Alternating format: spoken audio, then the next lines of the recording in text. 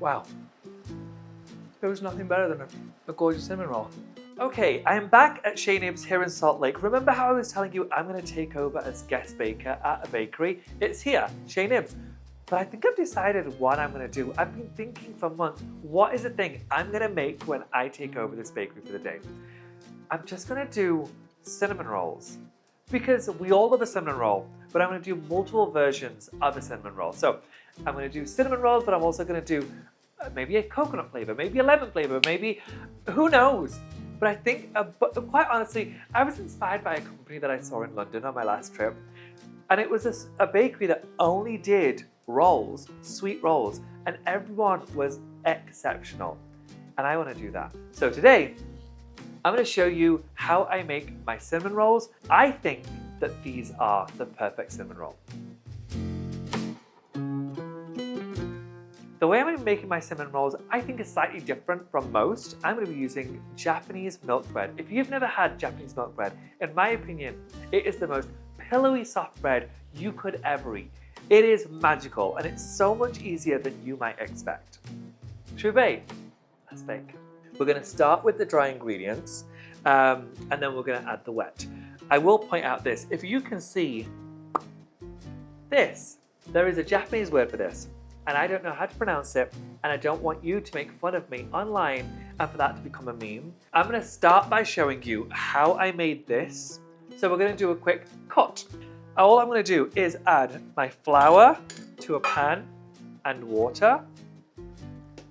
Just so all of the flour is mixed in properly, no big lumps, like that. I'm going to add that to I won't turn away from you. I'm going to add that to a low-medium heat as it starts to thicken up. This takes literally like 2 minutes. You want to keep it on relatively low and you just want to give it a mix every now and then. So you want to get it to this consistency. It's kind of like mashed potato. And then we're going to leave that to come up. We're going to leave that to come up to room temperature. It'll take about 45 minutes to an hour. You can put it in the fridge for about 15 minutes and then take it out for another 15-20 minutes. Now that I've shown you how to do this, shall I show you how to use it? Yeah, go on then. Right, let's start with the dry ingredients. So I'm going to add the flour to my bowl. This is bread flour. I don't sieve it or anything beforehand. I think Americans say sift it. I've added my flour into the bowl. On one side, I'm going to add sugar. There's my sugar. On the other side of the bowl, I'm going to add my salt. I'm going to leave the bowls on the side. I know it's messy, leave me alone. Then yeast. I'm not going to let my yeast touch my salt and my sugar just yet. So I'm going to put it on the other side of the bowl. This is something that I know you will ask, do I have to have this? You do. It is dry milk powder. This is whole milk powder. So adding in my milk powder. I'm just going to give this a quick mix just so all the dry ingredients have come together. Okay, that's it. Now that my dry ingredients are mixed, I'm going to get working on my wet ingredients. First, I'm going to add my egg to my milk. I'm going to give that a quick whisk. And then I'm just going to start mixing that until it just comes together. With bread, I like to go slow and steady. You can put it on a faster setting, but I don't want shit to fly all over the place, so nice and slow. Then I'm going to add the Japanese thing. Let's just call it, I call it a roux, even though it's not. It's so dry and cold here that sometimes your fingers just crack. That's what's happened, folks. So, gonna add this glove. Okay, so I've got my roux. I'm gonna add that to my bowl. This is softened butter. I've had it out for about 2 hours. You have to knead this for 12 minutes, so I just stay really close to it and I just kind of keep my body weight on it so that it doesn't go flying. I mix it on a 2, sometimes a 4, for literally 12 minutes.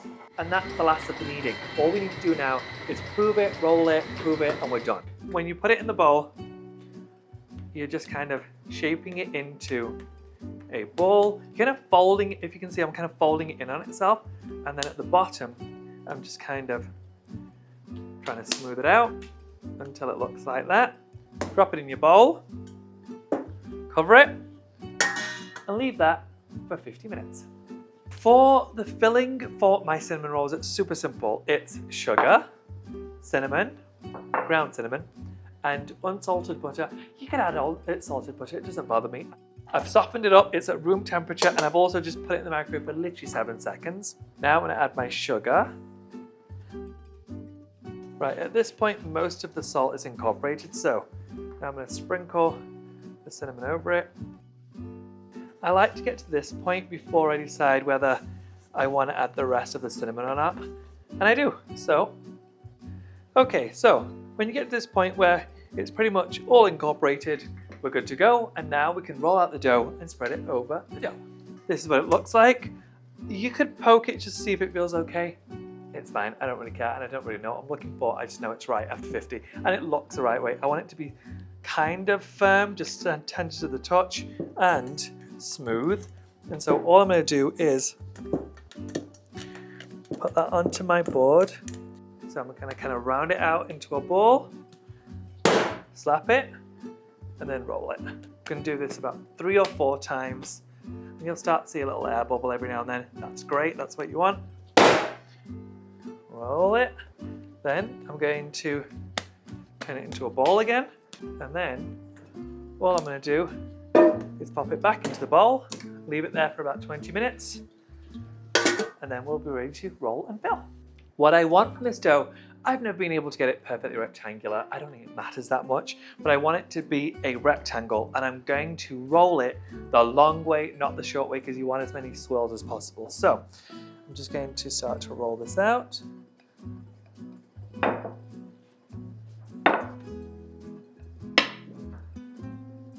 It's not the best rectangle, but close enough. I'm just going to put a few dollops over my dough, and I'm going to spread it out.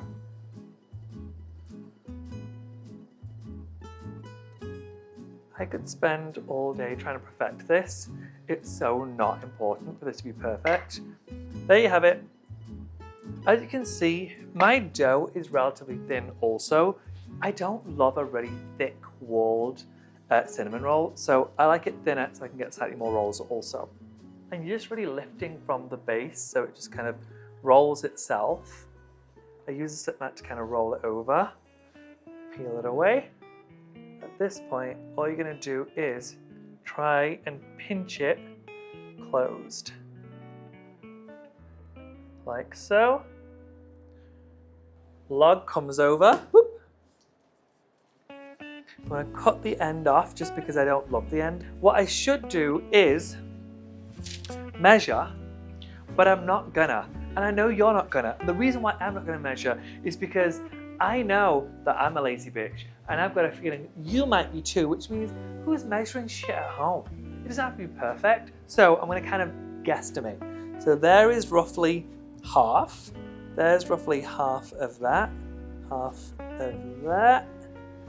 Then I'm going to half each of those. Okay, so that's what I'm going to do.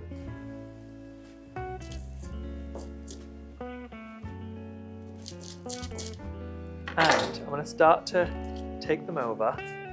All I'm going to do is leave that to rise, prove, for the next, actually it's not an hour, I lied. It's going to be like an hour and 20 minutes. You can go between an hour and 20 and an hour and a half and it should be fine, depending on how warm your room is. This room is relatively warm, like 71, 72 degrees. So this should only need about an hour and 20 minutes and it's good to go in the oven. It's not going to fully fill this container right now. They will grow a lot more in the oven, but they're just going to like 1.5 size what they are right now. So plastic wrap loosely covers. Still got a bit of room in there. You can see it's not super tight. That's how it should be. Okay, rolls are now out of the oven. They've been out for about 15-20 minutes. I'm going to let them cool completely, but whilst I let them cool, I'm going to make the cream cheese frosting. So I'm going to set these to one side. Look pretty darn good, I think. Butter, cream cheese, and then I've got a lot of powdered sugar here. I'm gonna add a bit at a time. So I'm gonna start by adding just a cup.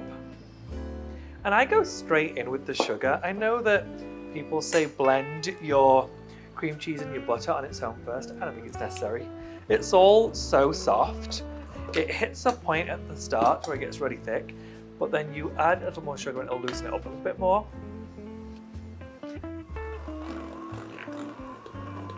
Nice enough, it's a little too thick. So I'm gonna add just a drop of milk, like a teaspoon, if that.